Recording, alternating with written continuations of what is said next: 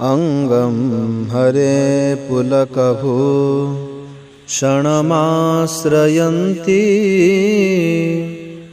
भृङ्गाङ्गने वमुकुला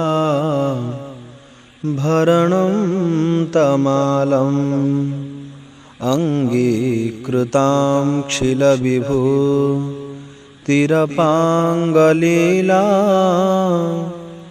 माङ्गल्यदास्तु मम मङ्गलदेवतायाः।